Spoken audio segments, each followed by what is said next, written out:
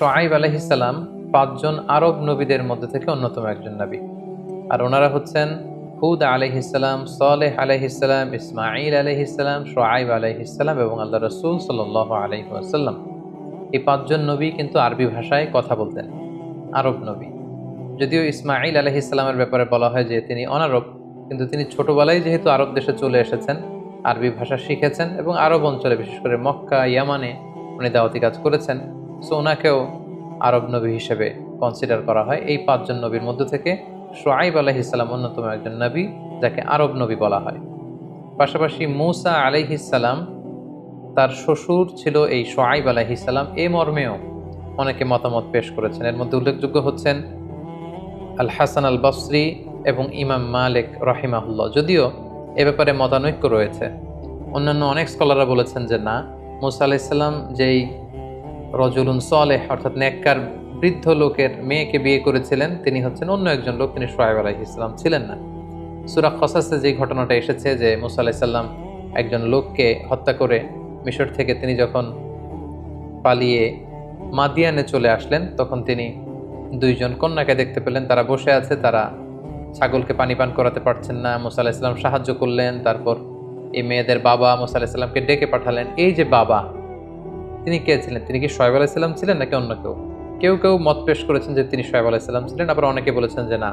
বিশেষ করে ইবনু কাসিরের বর্ণনার দিকে যদি আমরা খেয়াল করি, তিনি বলেছেন যে না, মূসা আলাইহিস সালামের শ্বশুর তিনি শুআয়ব আলাইহিস সালাম ছিলেন না, বরং অন্য কেউ ছিলেন। কিন্তু ইমাম মালিক আলাইহি রাহমা এবং হাসান আল বসরি আলাইহি রাহমা, ওনারা সহ আর অনেকে মতামত পেশ করেছেন যে না, শুআয়ব আলাইহিস সালামই ছিলেন মূসা আলাইহিস সালামের শ্বশুর। শুআয়ব আলাইহিস সালামকে আল্লাহ তাআলা মাদিয়ান এলাকায় পাঠিয়েছেন। কোরআনের বিভিন্ন জায়গায় আল্লাহ তাআলা বলেছেন ওয়া ইলা মাদিয়ানা আখাহুম শুআয়বা, আমি মাদিয়ান ভূখণ্ডে, মাদিয়ান এলাকাতে শুআয়ব আলাইহিস সালামকে নবী হিসেবে প্রেরণ করেছি। এবং এই মাদিয়ান এলাকাটি কোথায়? এটি হচ্ছে আরাবিয়ান পেনিনসুলার একেবারে নর্দার্ন সাইডে অবস্থিত, আরব উপদ্বীপের একেবারে উত্তর দিকে অবস্থিত, যেটি বর্তমানে সৌদি আরবের তাবুক শহর এর খুব কাছাকাছি একটি এলাকা। এই মাদিয়ান এলাকাটিকে, এই এলাকার লোকজনকে আসহাবু মাদিয়ান বলার পাশাপাশি আসহাবুল আইকাও বলা হয়। আইকা মানে হচ্ছে এক ধরনের গাছ। মুফাসসিরিন ইকরাম বলেছেন ওই এলাকাটি ঘন গাছে, নিবিড় ঘন গাছে পরিবেষ্টিত ছিল, এই জন্য এই জায়গাটাকে বলা হয় আইকা। আর এখানে যারা বাস করতো তাদেরকে বলা হতো আসহাবুল আইকা। আবার কেউ কেউ বলেছেন, অনেক মুফাসসিরিন ইকরাম, যে আইকা হচ্ছে একটি গাছের নাম। মাদিয়ান এলাকার লোকেরা সেই গাছের পূজা করত, ওই গাছের উপাসনা করত, ফলে তাদেরকে আসহাবুল আইকা বা আইকাবাসী বা জঙ্গলের অধিবাসী বলে অভিহিত করা হয়েছে। কালামুল্লাহ মাজিদে যে ৬টি জাতিগোষ্ঠীকে আল্লাহ তাআলা তাদের পাপের কারণে, অন্যায়ের কারণে আযাব দিয়ে ধ্বংস করেছেন, তার মধ্যে অন্যতম একটি হচ্ছে শুআয়ব আলাইহিস সালামের কওম অর্থাৎ আহলু মাদিয়ান বা আসহাবুল আইকা। এই মাদিয়ানবাসীরা তারা ব্যবসায়ী হিসেবে খুব খ্যাতিমান ছিল তখনকার সময়ে, এবং ব্যবসায় তারা অনেক সমৃদ্ধি অর্জন করেছিল। এ পর্যায়ে আমরা এই মাদিয়ান জাতিগোষ্ঠীর যদি বৈশিষ্ট্যের দিকে খেয়াল করি, মানে এই নেশনের যে ফিচার কোরআনে এসেছে সেদিকে যদি আমরা খেয়াল করি, কি কি বৈশিষ্ট্য দ্বারা বৈশিষ্ট্যমণ্ডিত ছিল আহলু মাদিয়ান বা মাদিয়ানের অধিবাসী, তাহলে আমরা প্রথম যে কথাটি বলতে চাই সেটি হচ্ছে মাদিয়ানবাসীরা বেসিকলি ইব্রাহিম আলাইহিস সালামের এক আরব বংশোদ্ভূত কানাআন স্ত্রী, যার নাম ছিল কতুরা, তার গর্ভস্থ এক পুত্রের বংশধর। আমরা ইব্রাহিম আলাইহিস সালামের ২ জন স্ত্রীর কথা খুব বেশি শুনেছি, এক হচ্ছে হাজেরা, আরেক হচ্ছে সারা। কিন্তু কানাআনি বংশোদ্ভূত ওনার কিন্তু আরেকজন স্ত্রী ছিল, যার নাম ছিল কতুরা। তার গর্ভস্থ এক পুত্র সন্তানের বংশধর হচ্ছে এই আসহাবু মাদিয়ান। তারা কুফরি করা ছাড়াও আরও কিছু সমস্যায় জর্জরিত ছিল, যেগুলোর ব্যাপারে কোরআনে উল্লেখ হয়েছে। প্রথম হচ্ছে তারা যেহেতু ব্যবসায়ী ছিল, তারা মানুষকে ওজনে কম দিত। কালামুল্লাহ মাজিদে খুব সুস্পষ্ট বিভিন্ন আয়াতে এটা উল্লেখ করা হয়েছে যে তারা যখন মাপযোগ করে অন্যকে প্রোডাক্ট দিত বা পণ্য দিত, তারা ওজনে কম দিত। তারা মানুষকে ঠকাতো এবং তারা ডাকাতি করত, রাহাজানি করত। তারা সমাজে রাহাজানি, লুটপাট এগুলো করত, জনগণের সম্পদ অন্যায়ভাবে ভক্ষণ করত। এই ছিল মাদিয়ান জাতিগোষ্ঠীর ফিচার বা বৈশিষ্ট্য। তাদের এই পাপ কাজ থেকে ফিরিয়ে আনবার জন্য আল্লাহ তাআলা এই মাদিয়ান জাতিগোষ্ঠীর কাছে সাইয়েদনা শুআয়ব আলাইহিস সালামকে প্রেরণ করেছেন। তিনি সেখানে কিভাবে দাওয়াত দিলেন এ ব্যাপারে কালামুল্লাহ মাজিদে খুব সুন্দরভাবে উল্লেখ রয়েছে। যেহেতু তিনি ছিলেন খতীবুল আম্বিয়া, নবীদের মধ্যে সবচেয়ে বেশি বাগ্মী, বক্তব্য দানে পারদর্শী, তিনি কিভাবে ওনার বক্তব্যের প্রাঞ্জলতা দিয়ে ওনারা এলাকাবাসীকে দাওয়াত দিয়েছেন, আমরা সেটাই এবার শুনব। সাইয়েদনা শুআয়ব আলাইহিস সালাম মাদিয়ানের লোকজনদেরকে তিনি তাওহীদের দাওয়াত দিয়েছেন, রিসালাতের দাওয়াত দিয়েছেন, আখিরাতের দাওয়াত দিয়েছেন। কিভাবে এই দাওয়াতগুলো দিয়েছেন এবারে কোরআন বলছে যে ওয়াইলা মাদিয়ানা আখাহুম শুআয়বা, মাদিয়ানে আমি শুআয়বকে পাঠিয়েছি। ক্বালা ইয়া কওমি ইবুদুল্লাহা মা লাকুম মিন ইলাহিন গায়রু, হে আমার জাতিগোষ্ঠী তোমরা আল্লাহর ইবাদত করো, আল্লাহ ছাড়া কোনো ইলাহ নেই। এই দাওয়াতটি সব নবীদের একটা কমন দাওয়াত ছিল। সব নবীরাই কিন্তু তাদের জাতির লোকদেরকে এক আল্লাহর ইবাদতের প্রতি আহ্বান করেছেন। ইদ ক্বালা লাহুম শুআয়বুন আলা তাত্তাকুন, সূরা শুআরা আল্লাহ তাআলা বলছেন যে শুআয়ব আলাইহিস সালাম যখন তার জাতিগোষ্ঠীকে বলল তোমরা কি পাপ কাজ ছেড়ে আল্লাহকে ভয় করবে না? ইন্নী লাকুম রাসূলুন আমিন, নিশ্চয় আমি তোমাদের কাছে বিশ্বস্ত রাসূল হয়ে প্রেরিত হয়েছি। ফাত্তাকুল্লাহ, হে মাদিয়ানের লোকেরা তোমরা আল্লাহকে ভয় করো। ওয়া আতিউন, আর রাসূল হিসেবে আমার আনুগত্য করো। ওমা আসআলুকুম আলাইহি মিন আজর ইন আজরিয়া ইল্লা আলা রাব্বিল আলামিন, আমি যে দাওয়াত দিচ্ছি আমি তো কোনো কিছু চাচ্ছি না তোমাদের কাছে প্রতিদান জানে, আর আমি তো রব্বুল আলামিন আল্লাহর কাছ থেকে নিব। তারা যে ওজনে কম দিত, মাপে কম দিত, মানুষ ঠকাতো, এই বিষয়গুলো উল্লেখ করে শুআয়ব আলাইহিস সালাম বলেছিলেন ফাআউফুল কাইলা ওয়াল মিজান ওয়ালা তাবখাসুন নাসা আশিয়াআহুম, তোমরা ওজনে কম দিও না, তোমরা যথাযথভাবে ওজন করে পরিমাপ করে মানুষকে তাদের পণ্য দাও, মানুষকে তোমরা ঠকিও না, তাদেরকে কম দিবে না। ওয়ালা তুফসিদু ফিল আরদ বা'দা ইসলাহিহা, আর এই জমিনটাকে আল্লাহ সুন্দর করার পরে এই চমৎকার জমিনে তোমরা ফাসাদ সৃষ্টি করো না। তিনি আরো বলেছিলেন ওয়ালা তাকউদু বিকুল্লি সিরাতিন তু'ইদুনা ওয়া তাসুদ্দুনা আন সাবিলিল্লাহি মান আমানা বিহি ওয়া তাবগুনাহা ইওয়াজা, তাদের একটা অভ্যাস ছিল, তারা তাদের এলাকার বিভিন্ন জাংশন বা পয়েন্টে বসে বসে কাফেলাদের লুটতরাজ করত, রাহাজানি করত, ডাকাতি করত, তাদের সম্পদ ছিনিয়ে নিত। তিনি বললেন রাস্তায় বসে বসে এই ডাকাতি রংবাজি তোমরা করো না, তোমরা মানুষকে আল্লাহর পথ থেকে বাধা দিও না। ওয়াযকুরু ইয কুনতুম কলিলান ফাকাসসারাকুম, তোমরা আল্লাহকে স্মরণ করো যখন তোমরা সেই নিয়ামতকে স্মরণ করো যে তোমরা ছিলে সংখ্যায় একেবারে কম, সেই অল্প সংখ্যক এই জাতিগোষ্ঠীকে আল্লাহ নিয়ামত দিয়ে তোমাদের বংশ বিস্তার করে তোমাদের পুরো এলাকাতে কাজে কর্মে ব্যবসায় বারাকা দিয়ে আল্লাহ তাআলা তোমাদেরকে বিশাল জনগোষ্ঠীতে রূপান্তর করেছেন। ওয়ানজুরু কাইফা কানা আকিবাতুল মুফসিদিন, তোমাদের আগে যে সমস্ত জাতিগোষ্ঠী এরকম ফাসাদ করত তাদের অবস্থা কি হয়েছে, তাদের রেজাল্ট কি হয়েছে, তাদের পরিণতি কি হয়েছে, তাদের ভাগ্যে কি জুটেছে, এটা কি তোমরা দেখো না? সেখান থেকে তোমরা শিক্ষা নিবে না? এভাবে তিনি দাওয়াত দিতে লাগলেন। তিনি আরো বললেন ইন্নী আরাকুম বিখাইরিন ওয়া ইন্নী আখাফু আলাইকুম আযাবা ইয়াউমিন মুহীত, হে জাতিগোষ্ঠী, হে মাদিয়ানের আমার ভাইয়েরা, আমার প্রিয় জনগোষ্ঠীরা, নিশ্চয় আমি তোমাদের কল্যাণকামী, আমি ইউর ওয়েল উইশার, আমি তোমাদের শুভাকাঙ্ক্ষী, আমাকে তোমরা ভুল বোঝো না। ওয়া ইন্নী আখাফু আলাইকুম আযাবা ইয়াউমিন মুহীত, তোমরা যদি এই ওজনে কম দেওয়া, লোক ঠকানো, রাহাজানি, লুটতরাজ, ডাকাতি এগুলো যদি বন্ধ না করো, আমি ভয় পাচ্ছি যে এমন কঠিন আযাব এসে তোমাদেরকে পাকড়াও করবে যেদিন তোমাদেরকে বাঁচাবার মতো কেউ থাকবে না। শুআয়ব আলাইহিস সালাম আরো বললেন ওয়া ইয়া কওমি লা ইয়াজরিমান্নাকুম শিকাকি আন ইউসিবাকুম মিসলু মা আসাবা কওমা নূহিন আও কওমা হুদিন আও কওমা সালেহ, অর্থাৎ আমার বিরোধিতা করতে যে এমন আযাব তোমরা ডেকে এনো না যে আযাবটা হবে নূহের কওমের মতো আযাব, যে কওমকে আল্লাহ তাআলা প্লাবন দিয়ে, ডিজাস্টার দিয়ে, ফ্লাড দিয়ে ধ্বংস করে দিয়েছেন। যেমন আল্লাহ আযাব দিয়েছিলেন কওমে হুদকে, হুদ আলাইহিস সালামের জাতিকে, আদ জাতিকে যেভাবে আল্লাহ তাআলা বাতাস দিয়ে ধ্বংস করেছেন, সালেহ আলাইহিস সালামের কওম সামুদ জাতিকে আল্লাহ তাআলা সাউন্ড ওয়েভ দিয়ে ধ্বংস করেছেন। আমার বিরোধিতা করতে যেয়ে তোমরা ওই পর্যায়ে পৌঁছে যেও না যে তোমাদের উপরও আযাব দেয় আল্লাহ তাআলা অবধারিত করে দিবেন, এই ভুল সিদ্ধান্ত তোমরা নিও না। ওমা কওমি লুতিম মিনকুম বিবাঈদ, আর লূত আলাইহিস সালামের ওভারথ্রোন সিটিজ, শহরকে যে আল্লাহ উল্টে দিয়েছিলেন, উল্কা বৃষ্টি দিয়েছিলেন, এই ঘটনাও তো খুব বেশি দূরের না। লূত আলাইহিস সালাম তো তোমাদেরই আগের নবী। ওই এলাকাগুলো কি তোমরা দেখো না যেখানে আল্লাহ তাআলা পুরো জাতিগোষ্ঠী সহ ধ্বংস করে দিয়েছেন? লূত আলাইহিস সালামের এই উল্টে দেওয়া সাদুম কমিউনিটির ঘটনা, এটা তো লোকে লোকে সবার মুখে প্রচলিত, সবাই তোমরা জানো। তারপরেও কি তোমরা ভালো পথে ফিরে আসবে না? সত্যের পথে, কল্যাণের পথে কি ফিরে আসবে না? তিনি শেষবারের মতো বললেন ওয়াস্তাগফিরু, পুরো জাতি একসাথে আল্লাহর কাছে ক্ষমা চাও। ওয়াস্তাগফিরু রাব্বাকুম সুম্মা তুবু ইলাইহি, তার কাছে তওবা করো। ইন্না রাব্বি রহিমুন ওয়াদুদ, নিশ্চয়ই আমার রব আল্লাহ তাআলা তিনি মেহেরবান, দয়াময়। তোমরা যত পাপ করো না কেন, অন্যায় করো না কেন, ক্ষমা চাইলে আল্লাহ তাআলা তাকে ক্ষমা করে দেন। এভাবে নানাভাবে নানা আকারে ইঙ্গিতে উদাহরণ দিয়ে মেটাফোর দিয়ে বিভিন্ন ঐতিহাসিক রেফারেন্স টেনে টেনে সাইয়েদনা শুআয়ব আলাইহিস সালাম ওনার জাতিকে সতর্ক করেছেন। এবার ওনার জাতি কি রেসপন্স করেছে, হাউ দেয়ার রেসপন্স, এটা যদি আমরা দেখি তাহলে দেখবো যে তারা শুআয়ব আলাইহিস সালামের কথাকে শোনেনি, মানেনি, বরং প্রত্যাখ্যান করেছে। আল্লাহ তাআলা বলছেন কাযযাবা আসহাবুল আইকাতিল মুরসালিন, আইকাবাসী বা মাদিয়ানবাসী তাদের নবী শুআয়বের কথাকে প্রত্যাখ্যান করেছে। শুধু এখানেই শেষ নয়, ক্বালাল মালাউল্লাযীনা ইসতাকবারু মিন কওমি, তার গোত্রের মধ্য থেকে যারা নেতৃত্ব পর্যায়ের ছিল, অহংকারী লোকজন ছিল, তারা বলল লা নুখরিজান্নাকা ইয়া শুআইব ওয়াল্লাযীনা আমানু মাআক মিন ক্বরিয়াতিনা, হে শুআইব, তোমাকে এবং তোমাকে যারা মানে বিশ্বাসীদেরকে আমরা এই জনপদ থেকে কিন্তু বের করে দিব, বিতাড়িত করবো এই শহর থেকে। যদি এই নতুন দাওয়াতি কথা আমাদেরকে উপদেশ দেয়া তোমার বন্ধ না হয়, তোমাকে এবং তোমার সাপোর্টারদেরকে, ফলোয়ারদেরকে কিন্তু আমরা এলাকা ত্যাগ করতে বাধ্য করব। আউলা তাউদুন্না ফি মিল্লাতিনা, অথবা আমাদের সাথে মিলে ঝুলে তুমি থাকবে। আমরা মানুষকে ঠকাই, ওজনে কম দেই, আমরা লুটতরাজ করি, রাহাজানি করি, ডাকাতি করি, it's hour business, it's not your business.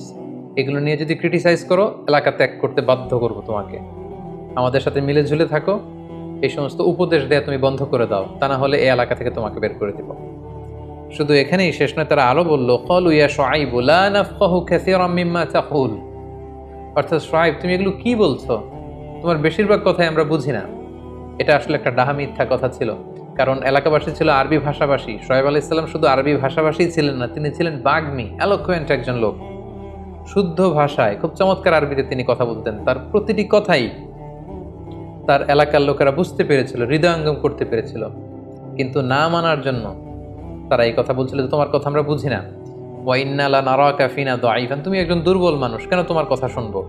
ওয়ালাউলা রাহতুকা লারাজামনাক, যদি তোমার ফ্যামিলি সাপোর্ট না থাকতো তাহলে তোমাকে পাথর মেরে আমরা হত্যা করতাম। অর্থাৎ শুআয়ব আলাইহিস সালাম অনেক সম্ভ্রান্ত, ভেরি প্রেস্টিজিয়াস এন্ড ডিগনিফাইড একটা ফ্যামিলিতে, গোষ্ঠীতে এসেছিল, এবং ওই গোষ্ঠীর ভয়ে তারা শুআয়ব আলাইহিস সালামের গায়ে হাত দিতে সাহস পাচ্ছিল না। যেমনটি ঘটেছিল হুবহু মক্কাতে আল্লাহ রাসূল সাল্লাল্লাহু আলাইহি ওয়াসাল্লামের ক্ষেত্রে। কুরাইশের লোকেরা রাসূল সাল্লাল্লাহু আলাইহি ওয়াসাল্লামকে হত্যার জন্য ষড়যন্ত্র করত, পদ্ধত হয়েছিল রক্তপাত করার, আক্রমণ করার, কিন্তু তিনি বনু হাশিমি খানদানের লোক, অর্থাৎ অনেক বংশীয় একজন লোক ছিলেন। আল্লাহ রাসূল সাল্লাল্লাহু আলাইহি ওয়াসাল্লামের চাচা আবু তালেব, হি ওয়াজ দ্য চিফটেন অফ কুরাইশের প্রধান নেতা ছিলেন, এবং তিনি রাসূল সাল্লাল্লাহু আলাইহি ওয়াসাল্লামকে শেল্টার দিতেন, সাপোর্ট দিতেন। তার ভয়ে, বনু হাশিম গোত্রের ভয়ে কুরাইশের লোকেরা আল্লাহ রাসূল সাল্লাল্লাহু আলাইহি ওয়াসাল্লামকে যেমনি গায়ে টাচ করতে সাহস পেত না, তেমনি শুআয়ব আলাইহিস সালামের কওমের লোকেরা বলতে আরম্ভ করলো যে ওয়ালাউলা রাহতুকা লারাজামনাক, তোমার এই বংশীয় সাপোর্ট যদি না থাকতো তোমাকে আমরা পাথর মেরে স্টোনিং করে হত্যা করতাম। ওমা আনতা আলাইনা বিআজিজ, আর আমাদের উপর তোমার খবরদারিত্ব দেখানোর মতো তো কিছুই নাই, কে তুমি, কেন তুমি আমাদেরকে এরকম উপদেশ দিচ্ছ। এভাবে তুচ্ছ তাচ্ছিল্যের সুরে তারা সাইয়েদনা শুআয়ব আলাইহিস সালামের আনিত দাওয়াতকে প্রত্যাখ্যান করলো। তারা বলল ইন্নামা আনতা মিনাল মুসাহহারিন, তোমাকে মনে হয় জিনে ধরেছে, তোমাকে কেউ জাদু করেছে, এজন্য শুআয়ব তুমি আবুল তাবুল বকছো। ওমা আনতা ইল্লা বাশারুম মিসলুনা, তুমি তো আমাদের মতোই একজন মানুষ। ওয়া ইন্না যুন্নুকা লামিনাল কাযিবিন, শুআয়ব তোমাকে আমরা মিথ্যাবাদী মনে করি। ফাআসকিত আলাইনা কিসাফাম মিনাস সামাই ইন কুনতা মিনাস সাদিকিন, তুমি যদি সত্যবাদী হও তাহলে আকাশ থেকে এক খণ্ড মেঘ নিয়ে আসো, আকাশ ভেঙে এক টুকরা আমাদের সামনে নিয়ে আসো, দেখি তুমি কত বড় নবী, তোমার আল্লাহ কি কি করতে পারে, দেখাও আমাদেরকে পারলে। নাউযু বিল্লাহি মিন যালিক। এভাবে তুচ্ছ তাচ্ছিল্যের স্বরে তারা শুআয়ব আলাইহিস সালামের প্রত্যেকটি কথাকে প্রত্যাখ্যান করল। শুআয়ব আলাইহিস সালামের পুরো জাতি যখন একসাথে ওনার দাওয়াতকে প্রত্যাখ্যান করলো, আল্লাহ তাআলা এই জাতিকে শাস্তি দিয়ে ধ্বংস করবার ইচ্ছা পোষণ করলেন, এবং তাদের আযাব আর গজবের ব্যাপারে কোরআনে 3টি শব্দ উল্লেখ হয়েছে। এক হচ্ছে জিল্লা, দ্বিতীয়ত রজফা, তৃতীয়ত সয়হা। জিল্লা মানে মেঘের ছায়া, রজফা মানে ভূকম্পন, আর সয়হা মানে বিকট আওয়াজ, সাউন্ড ওয়েভ, বিকট নিনাদ। ব্যাপারটি কেমন ছিল আমরা সরাসরি কোরআন থেকে শুনি। শুআয়ব আলাইহিস সালাম তিনি বললেন, সর্বশেষে বললেন, ওয়া কওমি আমালু আলা মাকানাতিকুম ইন্নী আমিল, হে জাতিগোষ্ঠীর লোকেরা, শেষবারের মতো বলছি, তোমরা যাই করো না কেন, তোমরা তোমাদের কাজ করো, আমি আমার দাওয়াত দিয়েই যাব, আমি আমার মিশন ভিশন নিয়ে এগোতেই থাকবো। তবে জেনে রাখো, সাউফা তা'লামুনা মান ইয়াতিহি আযাবু ইউখজিহি ওয়া মান হুয়া কাযিব, তবে অচিরেই যখন আযাব গজব আসবে তখন তোমরা জানতে পারবে যে কে মিথ্যাবাদী ছিল। যখন এই আযাব এসে তোমাদেরকে অপদস্থ করবে তখন তোমাদের চোখ খুলবে। ওয়ারতাকিবু ইন্নী মাআকুম রাকিব, অপেক্ষা করো, আমিও অপেক্ষা করছি, দেখো কি হয়। ফাকাযযাবুহু ফাআখাযাহুম আযাবু ইয়াউমিয যুল্লাহ ইন্নাহু কানা আযাবু ইয়াউমিন আযীম। শুআয়ব আলাইহিস সালামের কথা যখন সবাই প্রত্যাখ্যান করলো, আল্লাহ তাআলা আযাব আর গজব পাঠালেন। আযাব আর গজবটা কেমন ছিল? মুফাসসিরিনে ইকরামগণ বলেছেন যে পুরো মাদিয়ানবাসীদের উপরে আল্লাহ তাআলা প্রচণ্ড অগ্নিদগ্ধ গরম পাঠিয়ে দিলেন এবং টানা 7 দিন এই প্রচণ্ড গরমে এলাকাবাসী ছটফট করতে আরম্ভ করলো, অস্থির হয়ে গেল, তৃষ্ণায় গরমে পেরেশান। টানা 7 দিন এই গরম বাতাস, গরম ওয়েদার, গরম অবস্থার মধ্য দিয়ে নাভিশ্বাস, মারা যাওয়ার মতো অবস্থা। সবাই তখন হাই হাই করতে আরম্ভ করলো, এত প্রচণ্ড গরম আল্লাহ তাআলা পাঠালেন। 7 দিনের প্রচণ্ড এই গরম শেষে তখন আল্লাহ তাআলা একটা বিশাল মেঘের খণ্ড পাঠালেন, যেটাকে বলা হচ্ছে ইয়াউমুয যুল্লাহ। অর্থাৎ ওই মেঘের ছায়ার ভেতরে আল্লাহ তাআলা এবার একটা কুলিং সিচুয়েশন পাঠালেন, প্রচণ্ড ঠান্ডা বাতাস বইতে আরম্ভ করলো। সবাই তো আনন্দে মাতোয়ারা যে এই গরম থেকে আমরা বাঁচতে শুরু করেছি, এই তো ঠান্ডা বায়ু। ওই ঠান্ডা বাতাসকে উপভোগ করবার জন্য ওই হিমেল বাতাসের নিচে, মেঘের নিচে যেয়ে তারা আশ্রয় নিল। সেই মেঘের নিচে যখন তারা আশ্রয় নিল, তখনই আল্লাহ তাআলা আযাব পাঠালেন। আযাবের প্রথম ধাপ ছিল রজফা। আল্লাহ বললেন ফাকাযযাবু, তারা যেহেতু শুআয়বকে অস্বীকার করেছে, ফাআখাযাতহুমুর রজফা ফাআসবাহু ফি দারিহিম জাসিমিন। আল্লাহ প্রচণ্ড একটা ভূকম্পন, ভাইব্রেশন, একটা জালজালা, আর্থকোয়েক দিলেন। ওই আর্থকোয়েকে সবাই একসাথে চিৎপটাং হয়ে জমিনে পড়ে রইল। এরপর সাইয়েদনা জিবরাইল আলাইহিস সালামকে আল্লাহ তাআলা পাঠালেন। তিনি একটা বিকট নিনাদ, গগন বিদারে চিৎকার দিলেন। ওই চিৎকারের আওয়াজে, ওই সাউন্ড ওয়েভে পুরো মাদিয়ানবাসী কানের পর্দা ফেটে সব লাশ হয়ে পড়ে রইল। আল্লাহ তাআলা বলছেন, ওয়ালাম্মা জাআ আমরুনা, যখন আযাব আমি পাঠালাম মাদিয়ানবাসীদের উপর, নাজ্জাইনা শুআইবান ওয়াল্লাযিনা আমানু মাআহ, আমি শুআইবকে এবং বিশ্বাসীদেরকে মুক্ত করলাম, সেফ জোনে নিয়ে গেলাম, বিরাহমাতিম মিন্না, বিশেষ রহমতে আমাদের পক্ষ থেকে। ওয়া আখাযাতিল্লাযিনা যালামুস সাইহা, আর যারা জালেম তাদের উপর এই সাইহা, বিকট আওয়াজ, বিকট চিৎকার, বিকট সাউন্ড গ্রেনেড দিয়ে আমি ধ্বংস করে দিলাম। ফাআসবাহু ফি দিয়ারিহিম জাসিমিন, সবাই সেখানে মরে লাশ হয়ে পড়ে রইল। কেমন ছিল তাদের অবস্থা? কাআল্লাম ইয়াগনাউ ফিহা, তারা যে একটা জাতিগোষ্ঠী, একটা নেশন, একটা মাইটি নেশন যে সেখানে ছিল, দেখে বোঝারই উপায় নেই যে এখানে একটা জাতিগোষ্ঠী ছিল। ধ্বংস করে আল্লাহ সব শেষ করে দিলেন। আলা বু'দাল লিমাদিয়ানা কামা বা'iদাত সামুদ, আল্লাহ তাআলা বললেন মাদিয়ান জাতিগোষ্ঠীকে আমি এভাবে ধ্বংস করলাম যেভাবে সামুদ জাতিগোষ্ঠী ধ্বংস হয়েছে। কারণ সামুদ জাতিগোষ্ঠীকেও আল্লাহ তাআলা এই বিকট আওয়াজ দিয়ে একেবারে ধ্বংস করে দিয়েছেন। এবং ঠিক এভাবেই এই আসহাবুল আইকা বা আসহাবু মাদিয়ান বা শুআয়ব আলাইহিস সালামের এই জাতিগোষ্ঠীর পতন ঠিক এভাবেই মাদিয়ান এলাকার মধ্যে ঘটেছে। সম্মানিত, শুধু এ পর্যায়ে আমরা কিছু লাইফ লেসন নেওয়ার চেষ্টা করব শুআয়ব আলাইহিস সালামের জীবনী থেকে। প্রথম যে লেসনটি আমরা পাই সেটা হচ্ছে, আমরা যারা ব্যবসা করি, আমরা যদি প্রোডাক্ট দেওয়ার ক্ষেত্রে প্রোডাক্টে কোনো খুঁত থাকার পরেও সেটা মানুষকে না জানাই, আমরা যখন পণ্যে কোনো ভেজাল মিশিয়ে দেই, আমরা যখন কাউকে ওজনে কম দেই, পরিমাপে মাপে ঝোঁকে কম দেই, 5 কেজির পণ্য যখন আমরা 4.5 কেজি দিয়ে এটাকে 5 কেজি বলে চালিয়ে দিতে চাই, এটা কিন্তু সুস্পষ্ট একটা ডিসিভিং, এটা একটা চিটিং। আমরা চিট করছি তার সাথে। এবং আপনি যদি আপনার ব্যবসাতে চিট করেন, তাহলে আল্লাহ তাআলা লানত-প্রাপ্তদের অন্তর্ভুক্ত আপনি হয়ে গেলেন। আল্লাহ তাআলা কোরআনের বিভিন্ন জায়গায় বলেছেন, ওয়াইলুন লিল মুতাফফিফিন, যারা ওজনে কম দেয় তাদের জন্য ধ্বংস, তাদের জন্য লাআনাত। আল্লাহ তাআলা তাদেরকে অভিসম্পাত করেছেন এবং এটা অনেক বড় ধরনের কবিরা গুনাহ। তাই আমরা যারা ব্যবসা করি, আমরা যেন কাউকে না ঠকাই, আমরা যেন কাউকে ওজনে কম না দেই। সে যতটুকু পাওয়ার উপযুক্ত, যতটুকু তাকে দিতে হবে, সেই পরিমাপই যেন আমরা দিই। কারণ সাইয়েদনা শুআয়ব আলাইহিস সালামের যে কওম মাদিয়ানবাসী, তারা কিন্তু এ কারণেই ধ্বংস হয়ে গিয়েছিল যে তারা ব্যবসায়ী সম্প্রদায় ছিল, আর তারা যখন পণ্য কেনাবেচা করতো তারা ওজনে কম দিত। তাই ওজনে কম দেয়া এটা অনেক বড় ধরনের একটা পাপ কাজ, এটা কবিরা গুনাহ, এবং এ কারণেই এই জাতিগোষ্ঠীটি ধ্বংস হয়ে গিয়েছিল। তাই আমরা যারা ব্যবসায়ের সাথে জড়িত, আমরা যেন কখনো ওজনে কম দিয়ে আমাদের ক্রেতাদেরকে না ঠকাই।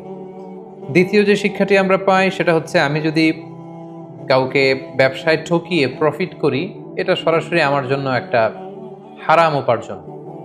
আর হারাম উপার্জন দিয়ে যে নিজেকে বড় করে বেড়ে ওঠে, ওই দেহ কখনো জান্নাতে যাবে না। বাইহাকির শুআবুল ঈমানে একটি হাদিস এসেছে, আল্লাহ রাসূল সাল্লাল্লাহু আলাইহি ওয়াসাল্লাম বলেছেন যে লা ইয়াদখুলুল জান্নাতা জাসাদুন গুযিয়া বিল হারাম, অর্থাৎ যেই দেহ হারাম খেয়ে বর্ধিষ্ণু হয়েছে, যেই দেহ হারাম খেয়ে বড় হয়েছে ওই দেহ কখনো জান্নাতে প্রবেশ করবে না। তাই এই হারাম থেকে যেন আমরা আমাদের নিজেদেরকে বাঁচিয়ে রাখার চেষ্টা করি। 3 নাম্বার যে লাইফ লেসনটি শেয়ার করব সেটি হচ্ছে, যারা হারাম খায় তাদের দোয়া কবুল হয় না। কারণ আল্লাহ তাআলা হচ্ছেন পবিত্র, তিনি পবিত্র ছাড়া কোনো কিছু কবুল করেন না। আপনি যদি আল্লাহ তাআলার কাছে দোয়া করে কিছু পেশ করেন, তাদের দোয়াই আল্লাহ তাআলা কবুল করেন যারা হালাল উপার্জন করে। আকলুল হালাল ফারিদাতুন বা'দাল ফারিদা। হালাল উপার্জন করা এটা একজন মুমিন মুসলমানের জন্য এটা ফরজ, এবং যারা হারাম উপার্জন করে হারাম খায় তাদের দোয়া কিন্তু আল্লাহ তাআলা কখনোই কবুল করেন না। সো আমরা যদি চাই যে আমাদের দোয়াগুলো কবুল হোক, আমাদেরকে অন্যায়ভাবে হারামভাবে যে উপার্জন আছে, ইনকাম আছে, এগুলোকে বন্ধ করতে হবে। সর্বশেষে আমরা যেটি শিখলাম সেটি হচ্ছে, সমাজে ফাসাদ সৃষ্টি করা, ক্যাওস করা, এটা স্ট্রিক্টলি প্রহিবিটেড।